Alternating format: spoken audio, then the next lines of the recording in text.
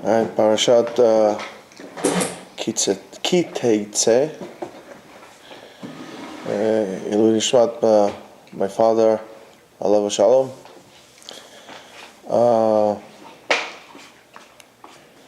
Very special parasha.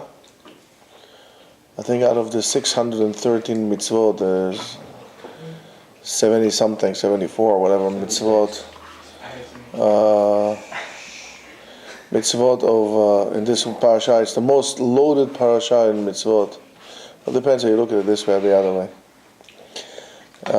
Besides being such a wonderful parasha, it's of course my bar mitzvah parasha, so it makes it even more special. I think it's the only parasha that I can learn straight from my head, both Sephardi and Ashkenazi. So they used to say Sephardi for the shul, Ashkenazi for the school. Anyway, Parashat Tetzei has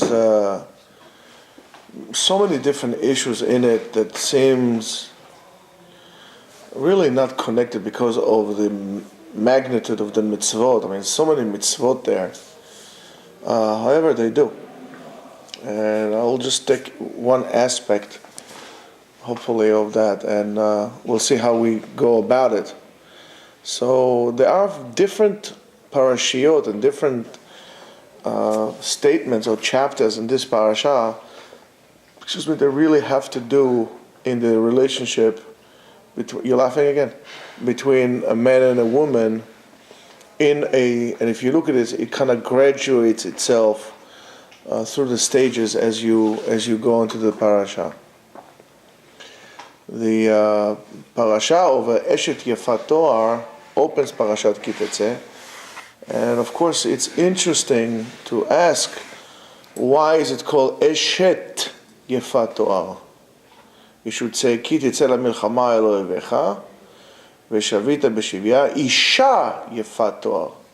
Eshet refers to that she belongs to somebody else, and the Mefarshim went in length on that and the practices of the people at the time, and so on and so forth.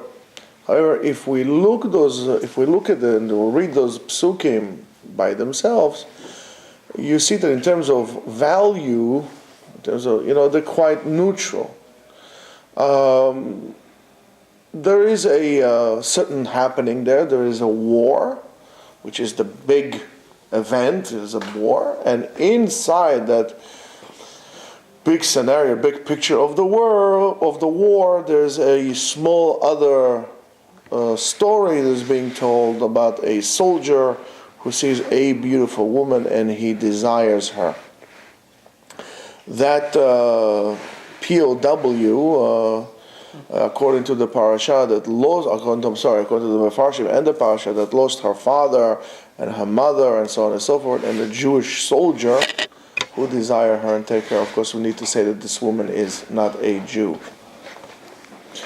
That soldier is commended to, if he desires her, to bring her to his house for a whole entire month. There's a certain amount of time that we call it mourning, shloshim, and during this month she's supposed to mourn her parents that she lost, and so on and so forth, and only after that he can consume his marriage with her. So the Mefarshim explain that obligation in many different ways, that there's a certain obligation, and all of them are quite interesting and important, and we should pay attention. However, if you take a very close look at that, and especially pay attention to the words of the Ramban on our parasha, it says she'en hagun lishkav im isha anusa umit'abelet, that the reason why he's doing so is very interesting. The Ramban Nachmanides says that it is inappropriate to have relations with a woman who is in mourning and that she's forced. Okay, she didn't want to, and so on. And it is a very key statement with dealing with the next parashiot that come along from that that our parasha brings, the stories in our parasha, or the mitzvot in our parasha. So that expression, "Velakachta lecha leisha," and you should take her for yourself as a wife, could be explained and really looked upon in many different ways. However, there are two main ways to look at that, which is a part of the description, of course. We said that the soldier sees the woman, he desires her, takes her to a wife, or, as we said, which is the title that tells us, in a way, legally, is this what he's supposed to be doing, or what he's supposed to do legally, that the soldier, because he is a conqueror, can take this woman to a wife. And that will be according to the laws in which are presented to us further down on in the parasha. So is this a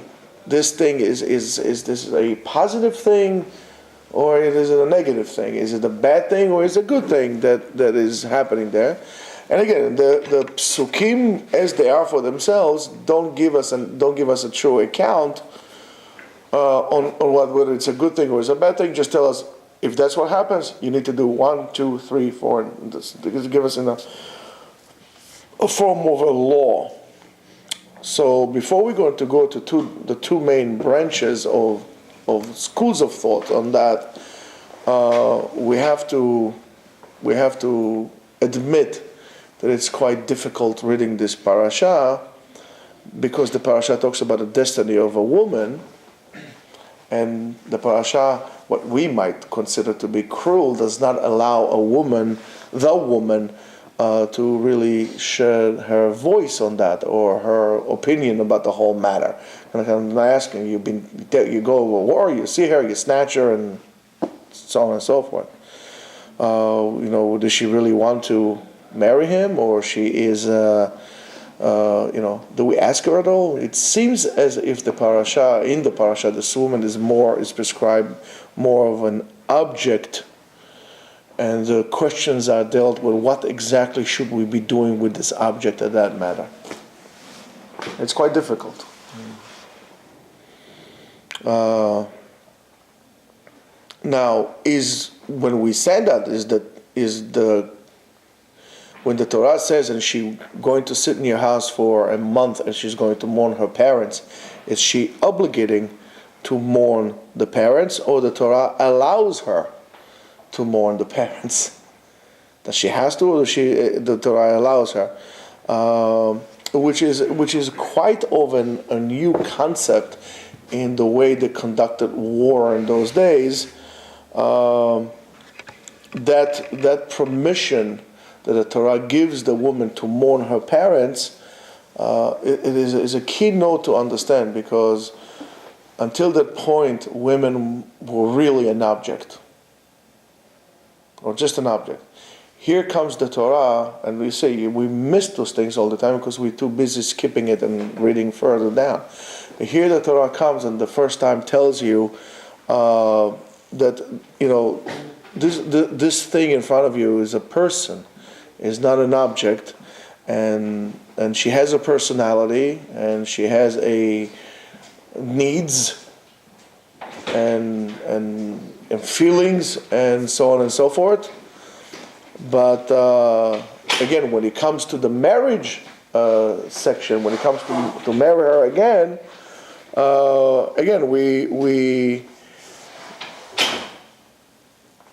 we don't ask her. She's getting married against her will. So again, it's quite difficult. We should know that today the halacha is that it will be impossible for us to do such a thing.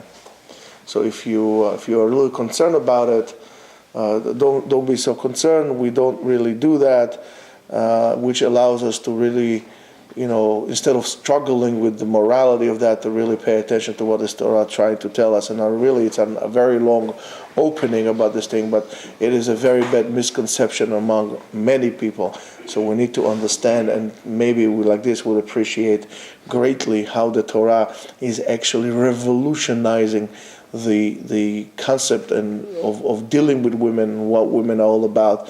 That I'm embarrassed to say that, but to many people, women are still an object. They're no more than just an object, and so on and so forth. And that's not the way of the Torah.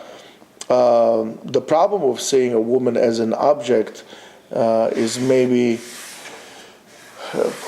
one of the greatest challenges that we face in halacha today, because of social movements and so on and so forth. How exactly we deal with that, understanding what the Torah wants from us in terms of what the Torah views the jobs, the duties of a man and a woman, and to what we are being educated or being programmed nowadays. So, it's quite of a challenge how we're going to balance this whole entire thing, and so on. So let's go back to our parasha.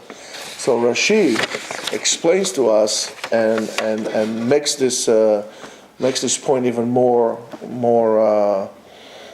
clear to those mefarshim who sees that event as a negative thing. It's not a positive experience, it's a negative experience. So the Braita in Kiddushin, Masechet Kiddushin, tells us that the Torah, talked about Yetzer Hara. It's not really, you see, Chachamim kind of feel a little bit uncomfortable about this whole thing. It's not such a simple halachic matter, this Eshet Yefat Toar. So, spoke against Yetzer Hara. In other words, the value of this parasha, it's quite negative. The total sum of this is quite negative. But since the Yetzer Hara, his power is so great, the desire, the urges to do the wrong thing, not to go b'derech haTorah, is so great. So let's try to find a way in which we could minimize the damage that our uncontrolled urges would cause us. So therefore the Torah says, okay, you know what? Fine, you want her? Fine, you're going to a war? Fine, take her, let her sit at home for a month, let her do her nails, and then if you really want her, then you can take her to a wife. So the Torah is trying to kind of delay the damage. I mean, it reminds me a little bit the concept of who? Anybody that wants to try? Of Aharon. Of Aharon. When Bnei Israel, right, were doing the Egel, and Aaron says, okay, give me your gold, and give me your earrings and your bracelets and your, whatever things you got on you in gold, and we'll deal with it. So all of a sudden, when Moshe Rabbeinu comes, he says to him, what did you do? He says, I don't know, I tried to delay them. And this Egel came out. So the Torah is basically telling us, listen, let's try to minimize the damage here. But as you could see from the Egel, not a good thing came out of it. So maybe either this is not so right, or maybe we're looking at it completely different or completely wrong. However, that's Rashi's approach. So I'm not saying right or wrong. That is Rashi's approach. The Torah is trying to minimize the damage that the Yetzer Hara is due to give us. Why? Because the end of this, we all know what's going to happen. The man is going to hate this woman, and he's going, as a result of that hatred that he faces her, the child that is going to come out as a result of this marriage is going to be a ben sorer u'moreh, without getting into this very wonderful educational parsha of what exactly is a ben sorer u'moreh and why we have it and blah blah and the whole entire thing. We can write a whole college course just on the concept of this ben sorer u'moreh, whether it's an education course or whether it's a marriage counseling course, right? So, and this is the reason why those parashiot are really go back to back. The parasha of Eshet Yefat Toar and the parasha of Ben Sorer U'moreh, of the woman who is hated, and as a result of that we have this rebellious child who refuses to listen to the advice of his parents. Now we need to pay attention that also the words of the Braita and the proximity of this parashiot also is is also an explanation that does not necessarily comes from directly from this parasha. Not necessarily comes from the parasha. It's something that we kind of derive, but it's not really what it seems the pshat of the parasha. Something that we kind of struggle with, and then we came up with something of that sort. But even before that, from the words of Rashi, which usually Rashi collects the Masorah that is handing down from his Chachamim, from his rabbis, and so on, that order to sit in the house of the soldier is being explained by Rashi as an effort to try to persuade him not to go with this woman in a way so-called to cool him down. Because in the heat of the moment, he saw her, and after a while, you look at her and said, "Nah, it's not a big deal." So that's what it seems now. So if, as it says, and she goes and she cries and so on and so forth, and why would you not like her so much? Because you see her crying, you see her practicing certain, should I say it, grooming failures on her behalf, like growing her nails. Tell all the ladies who like to grow nails, growing her nails and cutting, shaving her head to deliberately make her not appropriate, not appealing to him and attractive to him. So maybe that's why he would go away. However, again, this is not what the parasha is saying, but rather a parshanut, an explanation on the parasha. And you'll see, if you become too much of a whiner, how much of a danger that could face to you. So, women, please watch out. However, there's the other side to look at that is the way the Or HaChaim HaKadosh, the Rabbeinu Chaim Ben Attar, actually look at that. And that goes a little bit more towards the Kabbalah aspects of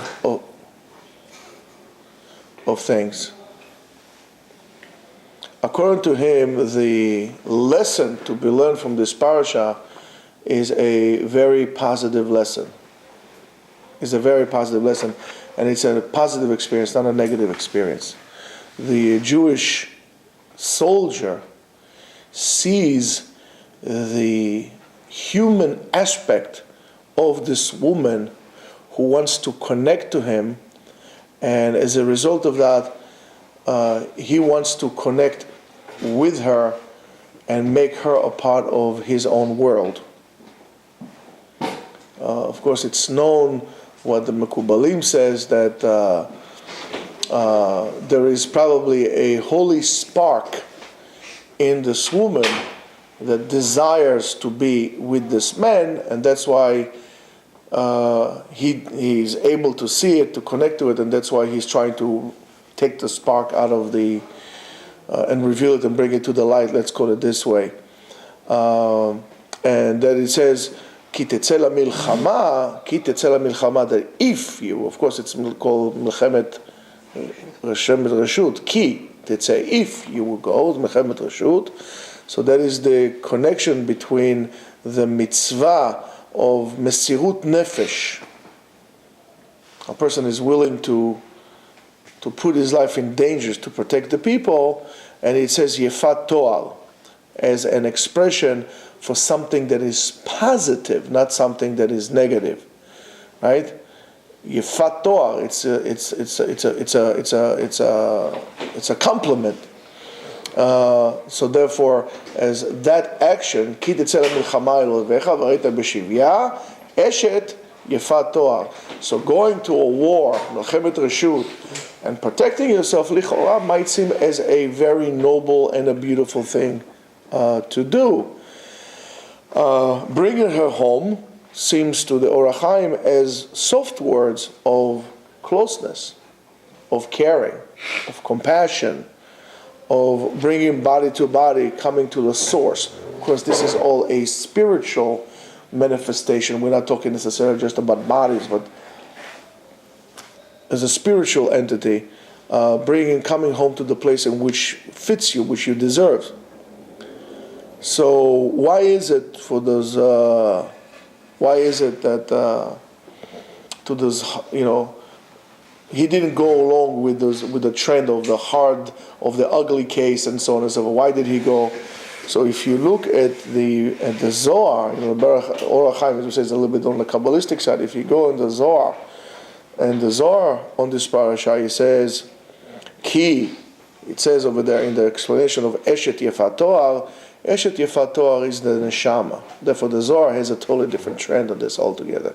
We're not talking about a battle that we're having between armies and people and so on and so forth, but rather it's something completely spiritual.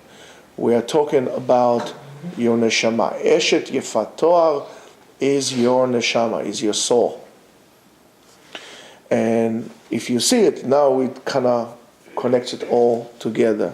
The Zohar says that as much as this mitzvah talks about on saving the neshama, is saving the neshama for what we call olam haklipot, the world of husks, which constrains and restrict the light of the spiritual light of the neshama to come out. And the Zohar says, "V'ra'ita b'shivya eshet yefat noar." In other words, where your neshama, where your soul is being captive in a certain way, because you decided. And why did you go to war? You went to war because you realized that your neshama, that your soul is actually being a captive. And that is a totally different, new, and a wonderful concept to deal with this altogether. Now that we realize that it's not so much applicable to our days, this whole Eshet Yefat Toar, it's a wonderful way to look at this. Our soul is being completely captive with materialism and in a material world. I am a material girl in a material world, right? Because we are living in a material. It's exactly what it is. We are captives in a material world. And our neshama is not, even the material girl Madonna wants to learn a little bit of a Kabbalah, right? You see? Funky times are here again. Who knows? So it says, V'chashakta ba v'lakachta lecha leisha. And you desire to reconnect with your neshama, and you want to acquire your neshama back. Lakachta, you took it, and that is the hitorerut, the awakening of the man, of a person. He's awakened. He will say, "Ma, I'm a captive with my soul. I can," and that's why I keep telling you all the time. To most of us, most of the time, we are not in control of our lives. Needless to say, we're not in control of our desires, that we're being programmed to desire, we are being conditioned to desire. And if you really would sit down at yourself one time and you're going to say, Ribbono shel olam, what have become of me? And now I'm ready to go to a war. That's the hitorerut, the awakening. And no wonder this parasha is usually being read on the first week of Elul.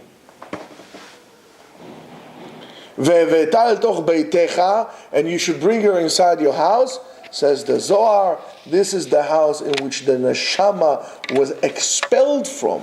In other words, your pure neshama, you kicking her out of the house, out of yourself, when you are immersed in materialistic desires to no end. Look what we are doing to ourselves. This is not life, Rabotai. This is misery. It's a jail. It's a jail that we are living ourselves in. The way we live our lives. We are busy running after materialistic possessions, after uncontrolled desires, without any control. To the point that we don't have a minute to live our lives. We don't live life. That's not life. Needless to say, enjoying your life. You're busy running and possessing, and It's like an animal who will be possessed with collecting food and hiding food, and in the end dies of starvation because it was too busy to collect food. It didn't have time to eat. That's exactly what happens to us. We don't live life. I dare to say, without a doubt, we don't even enjoy life. We might enjoy the children, but we don't enjoy life. We don't. You don't even live life. And on that it says, ועל זה נאמר, and for that it says, ושפחה כי תירש גבירתה.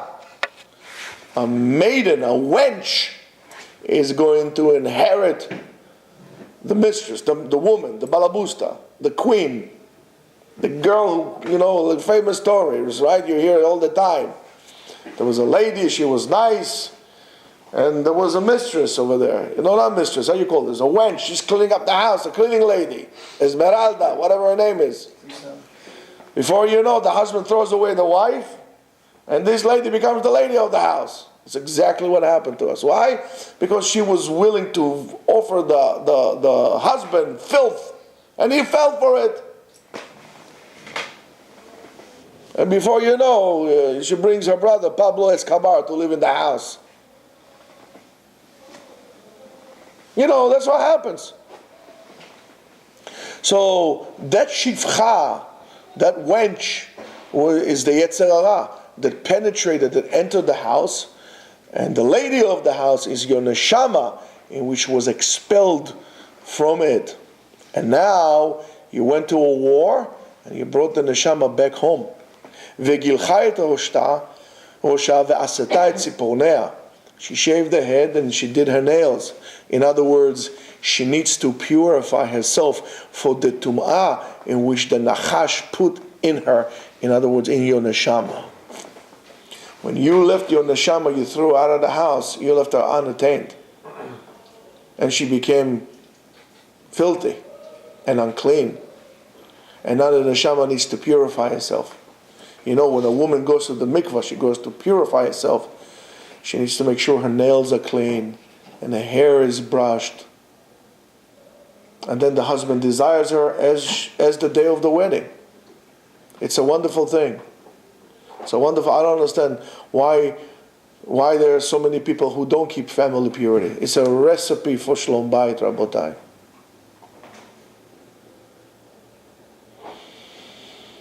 And then the Ramchal Rabbeinu Chaim Vital continues, and he what time is it? We have time.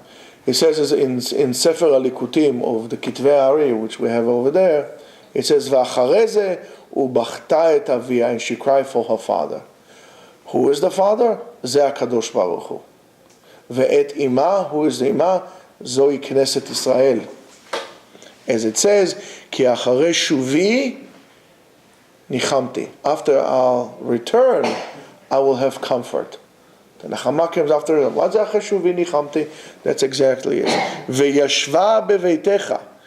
Yashva beveitecha, she would sit inside your body, and your neshama would not leave you anymore. When a neshama leaves the body, you're dead meat. You're just a piece of meat. Spoiled flesh. And that's what happens to us. Sometimes you have people here that may be alive, they're like zombies. They have no neshama, no spirituality. They're spiritually dead. Physically they're alive, but spiritually they're dead. And it says, V'tivkei al avonotea Yerach Yamim, and she would cry for her sins and for her wrongdoing. How long? A month. That month, Rabotai, is Chodesh Elul. That month is Chodesh Elul. The month of Slichot, and we say Slichot. For the Sfaradim that they say Slichot, for the Ashkenazim who they blow the shofar. The shofar is supposed to, every day the Ashkenazim blow the shofar. Right? After Aleinu L'Shabeach, they blow the shofar, and then they say LeDavid, right? They say they blow the shofar. The shofar is supposed to awaken yourself. Shofar is not a sign to go to the races, to go to work. Shofar is to just, take some time to awaken something inside of you. That's the month of Elul. This month is a very, very serious month. So, which is the month of what we call Tshuva. And then, Rabotai, at the end of the parasha, we have Zechor asher asa lecha Amalek, right? Zechor et asher asa lecha Amalek baderech betzetchem mimitzrayim. Remember what Amalek, remember I keep telling you all the time, Amalek, the doubt inside of you. Should I dedicate my life to Torah? Should I not? Should I go to work, make money? Should I not? And when does Amalek hit you? When you go out of Mitzrayim. And what? Asher karacha baderech. You were on the derech. Rabotai, you were on the derech. You were keeping Torah. You were keeping mitzvahs. Well, where were you? You missed. You were on the derech. You're on the derech Hashem. You came out of Mitzrayim, out of the slavery, out of the tum'ah, out of the impurity of Mitzrayim. All of a sudden, while you're on the derech, you start having doubts. What's the doubt? Maybe I shouldn't be learning too much. How am I going to have parnasa? How am I going to have these questions, little questions that eat your head like termites into a log of wood? Those doubts. And what happens? Vayezanef becha kol hanechshalim. And who does it go? He goes after the weak ones. He doesn't go after the strong ones. Labriut she'elecha. He goes after the weak ones, not under the strong ones.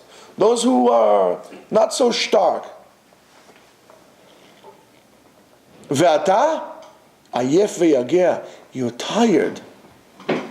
You're tired, so you can't fight. Amalek doesn't go after the strong ones, or the Navy SEALs ones. He goes after those who are tired. Velo yareh Elokim, and you don't have Yirat Shamayim. The key is Yirat Shamayim. You're ayefut, you're tired. I'm tired of what? I'm tired, I'll tell you what I'm tired of. I'm tired of you guys now. I'm tired of getting up in the morning and davening. I'm tired of coming to Yeshiva. I'm tired of keeping kosher. I don't want to keep kosher. I don't want to do this. I want to watch this. I want to do that. I'm sick and tired of this already. Ayef. You're tired from this. And your tiredness is tiredness of emunah. You are tired of emunah. You don't have emunah. And how you justify your slacking of emunah? I'm tired. You're not tired. No, you're not tired. Your mind is sick. Because if I'm going to tell you now, let's say, I don't want to get up to minyan now. I'm so tired. Let me go to sleep.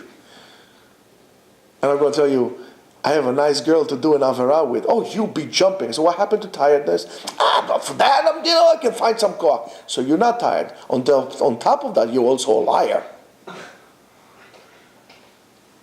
For that, you're a liar. Because to do avera, you would run. To do a mitzvah, to do the right thing, I can't, Rabbi, I didn't sleep well.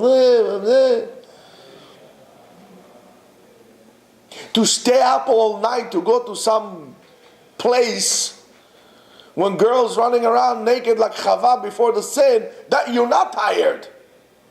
To sit down in yeshiva to learn a daf of Gemara, I'm tired, Rabbi, I can't, it's too much for me. And why? So why are you tired? Ki ata lo yareh Elokim. You don't have Yirat Shamayim. Your emunah is lacking. There's no such thing. Ani ayef. Ma ze ayef? Anoten la yaef koach. Hashem gives you koach. You make a bracha on that. You're tired because you don't have emunah. Because you don't have Yirat Shamayim. You're weak at that.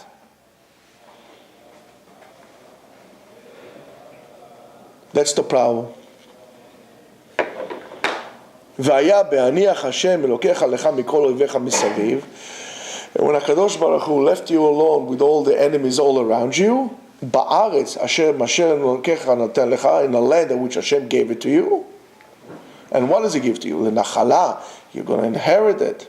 לרשתה, you're going to settle down in it. תמחה את זכר עמלק מתחת השמיים, לא תשכח. You're going to erase any doubt from your heart. Don't forget that. Because the doubt is the rust which penetrates into your soul and eats it out and weakens the structure. You know, on military boats or on boats, the biggest enemy of any boat is rust. So what do? They have a special current, electrodes. They go into the boat, they create an electric current that simply prevents the oxidation of the iron. That's very simple. They have batteries and they're charged and all the time. They have those ions that are being released that prevent the combination of oxygen and iron to become rust. You have those batteries inside of you all the time. You just need to make sure to charge them. How do you do so all the time? You have a nuclear reactor. It's called Torah. You have Yirat Shamayim. You should erase any doubts from you. Amalek represents the koach of the klipa, the husk, which restricts the light, the spiritual light. The sitra achara, the other side. The root of all evil in the world. And again, why? Because Amalek is the same numerical value of safek, of a doubt. And a doubt is the strongest, most powerful weapon of the Yetzer Hara against men. Maybe what they told me is not so true. Maybe this, maybe that. I'm not 100% sure. What will happen if all of a sudden, let's say you have a father, and you love your father, and your father loves you, but for whatever reason, you got bumped in the head one day, like this, ping, like this. You got bumped in the head, and all of a sudden you have a doubt that your father is your father. It won't be long before you're not going to count your father for anything. Why? Because of a doubt. True, not true? It doesn't matter. The doubt, that's what causes you. And the doubt is the source and the root of lack of emunah. And lack of emunah is what puts you afar in a distance between you and God. And the biggest hester panim, hiding of or not seeing the glory of God, is because of lack of emunah and because of doubts that you have in you. Remove any doubts from you. You have a doubt?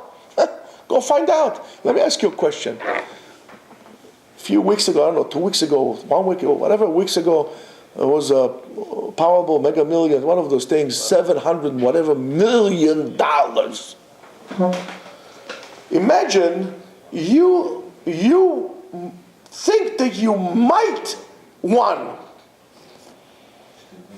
You have a doubt. You're not 100% sure. Some of the numbers look familiar. Are you not going to check? Are you not going to check?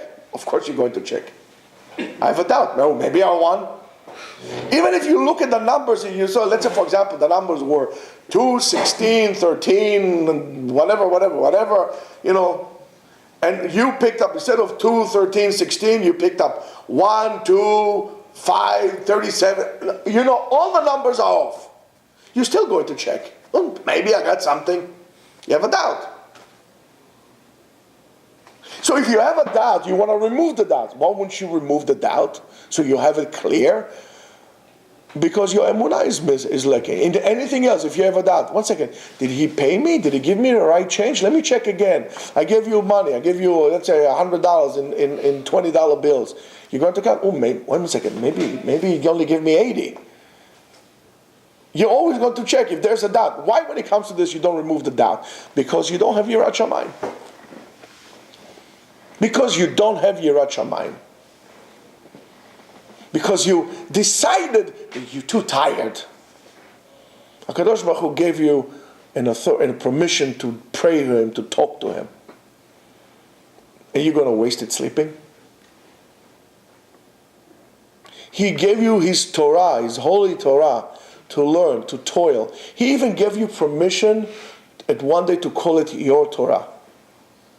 Like Moshe Rabbeinu, Torah Moshe. You can be called after you.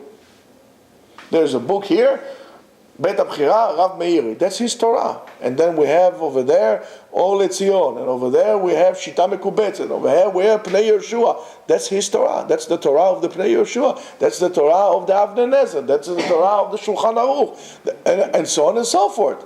It could be called your Torah as well. And so you don't want to learn? It's outrageous. Outrageous at the disgrace. What are you going to do? Are you going to retire? You're not going to do it. Then you're going to tell me, you're too old, you're too tired for this already. Tired is the story of your lives. Lack of emunah is the story of your life. You're lazy. You think it's so much better over there, on the other side? By the time you're going to realize you made a mistake when you cross the line, it's going to be too late to turn around. When they say once you go black, you can't go back, that's exactly it. When you walk from the light to the darkness, you can't come from the darkness back to the light. You can make your way if you have a little bit of light that is called the light of the neshama that will penetrate through the husk that surrounds you. But if you don't even have this light, you're lost forever. Forever. And all the money in the world would not buy you a light. If the power station is off, let's say you just bought yourself a magnificent chandelier made out of crystal, made out of Vienna. $20,000 chandelier that when you turn the light, it sparkles with lights all over the room, shimmering and whatever. But somebody at the power station decided to turn the switch. And there's no electricity. You know what you could do with your shimmering, glimmering chandelier? Nothing. And then all of a sudden a guy comes, he says, hold on, I have some matches here. And then you hold the match. Oh, I can see where I am. That's exactly you. That somebody could be a rabbi, a friend that comes with a match, with a light, with a flashlight. Depends on the light. And you say, no, I don't want to. Rabbi, I'm going to go to work. I am not going to learn. I'm going to work. I'm too tired for learning. It's not for me. You're in darkness. At a certain point, you're not going to be like the Titanic, never to be found. And it's not so deep, the Titanic. There are places much deeper than that. So when you go to war,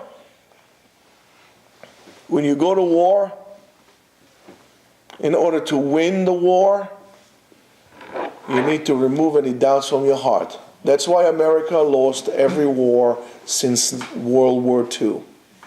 Whether it's the World of Terror, whether it's the Vietnam War, because we have doubts. When World War II, when there were no doubts what we are doing, we won. Since then we have doubts, we lost. It's not about how many nukes you have in your arsenal. It's in the doubt that there is in your heart. And that is the greatest danger to Am Yisrael. The greatest danger to Am Yisrael is to have doubts whether this land is ours, whether we have a right to be there, whether Jerusalem is ours, or where should we share it. That's how we're going to lose everything. And that safek, that doubt, creates a separation between us and the Kadosh Baruch Hu. And therefore the only eitzah, the only advice is very simple. To be davek, attach yourself to HaKadosh Baruch Hu. As long as the person is davuk, attached to HaKadosh Baruch Hu, dedicated his life to HaKadosh Baruch Hu, Yetzer Hara cannot do anything to him. Nothing. It's dead. I don't know. Yetzer Hara, I don't know what you're talking about. No such thing. Why? Because maybe his body is in this world, which is the world of klipot, but his neshama is davuk begovhei meromim, up in the heavens. However, you should know that in order to be davek b'Kadosh Baruch Hu, in order to attach yourself to HaKadosh Baruch Hu, you need to fix this, what we call in Kabbalah, retzon atzmi, your self-will, in other words, your selfishness. That causes the shinui tzura, to change your shape. You don't look like a Jew anymore. And by the way, you should know the shinui tzura pnimi dino ki shinui tzura chitzoni. And the first thing you would do, as you change internally, you will change externally, is you're going to take a little step at a time. You're going to start taking your kippah off in public places. When you're coming home, you're going to put it back on. Then you're going to wear a baseball cap. Then you're going to put your tzitziot away. Then you're going to stop wearing clothes like a Jewish person. And then you're going to stop acting like a Jewish person. You're going to eat kosher at home and not kosher outside. And before you know, your daughter married a goy and your son married a shikse, and goodbye and good luck, you are destined to karet while you're alive. That's the way it is, Rabotai. That's the way it is.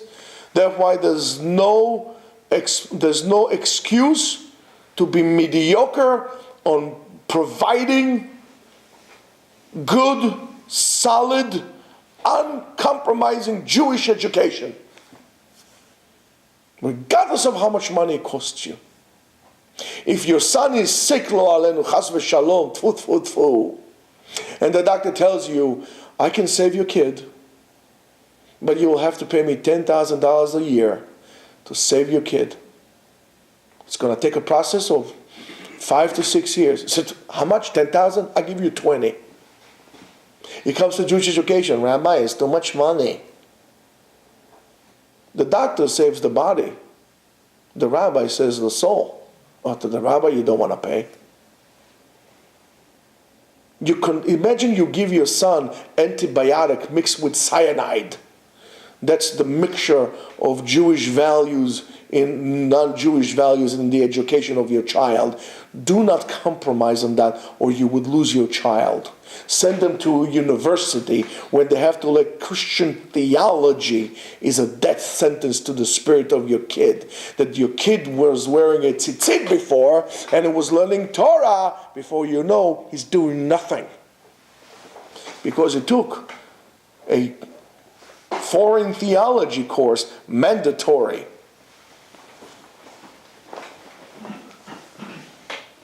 To give you a nice computer, okay, of course you pay for it, a lot of money. But you should know nothing comes for free. They might give you a nice laptop. But also the Yetzirah is dancing a lap dance on your lap.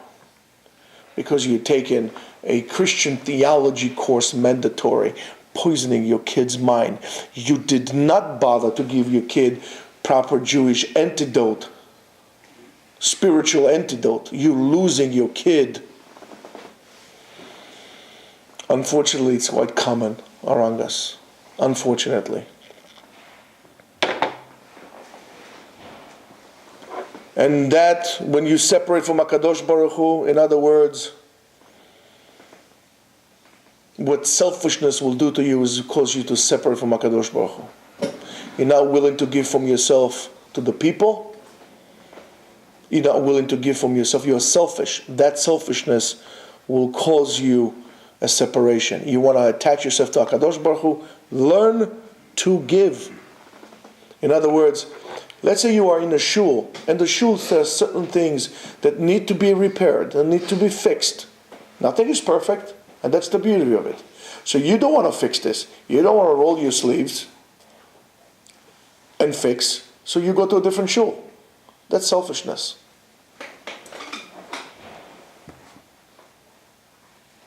The Avnei Ezel says, Shoresh kol haram, according, Shoresh kol hara sheba olam, the root of all evil in the world.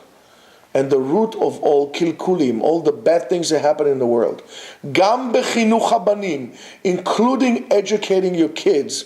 Gam be'avodat Hashem, whether it's God's work. Gam ben adam lechavero, in actions between man and his fellow man, is selfishness. In other words, when a person is not willing to give up his own self-interests for the benefit of the klal, whether it's an idea or for a spiritual elevation, he's not willing to do so. He's selfish. He's causing a perud in Ribono Shel Olam and Am Yisrael, and between himself and Am Yisrael. Rabotai, is a tremendous musar for you to all internalize and to think about, especially during this month. If you take upon yourself the burden of tzibur, if you are taking care of people out of your own time, like make chulin for us here today, he didn't have to do that. He didn't have to do it. And I'm sure he paid for it. And he's not being selfish. And we all enjoy that. That is something you can come to HaKadosh Baruch Hu with. When a person takes care of tzarchet tzibur, you remove mishamayim all burdens from him. He's patur. He's exempt. You want to come to HaKadosh Baruch Hu, do not dare to come empty-handed. You want to come to HaKadosh Baruch Hu, there's still time to fix. There's still time to do. Take a project that is not self-centered, that is not self-promoting, and is not self-benefiting. It's something for the people. Take it upon yourself and help. Somebody needs a Baal Koreh, you know how to read, volunteer. Let's say Armenia needs a Baal Koreh, the Rebbe over here gets paid $100 a reading, say, forget about the $100, I'm going to come here and help my fellow Jews to read the Torah.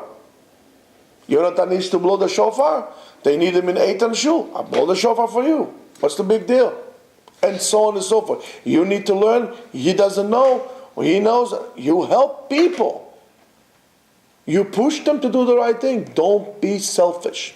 You're going to be selfish, ultimately, it's not that you're just causing damage to the people. Ultimately, and first of all, you're causing damage to yourself. And you cannot be selfish. You have to give from yourself for the benefit of the klal. Because we are Am Yisrael, and we know better. Shabbat Shalom.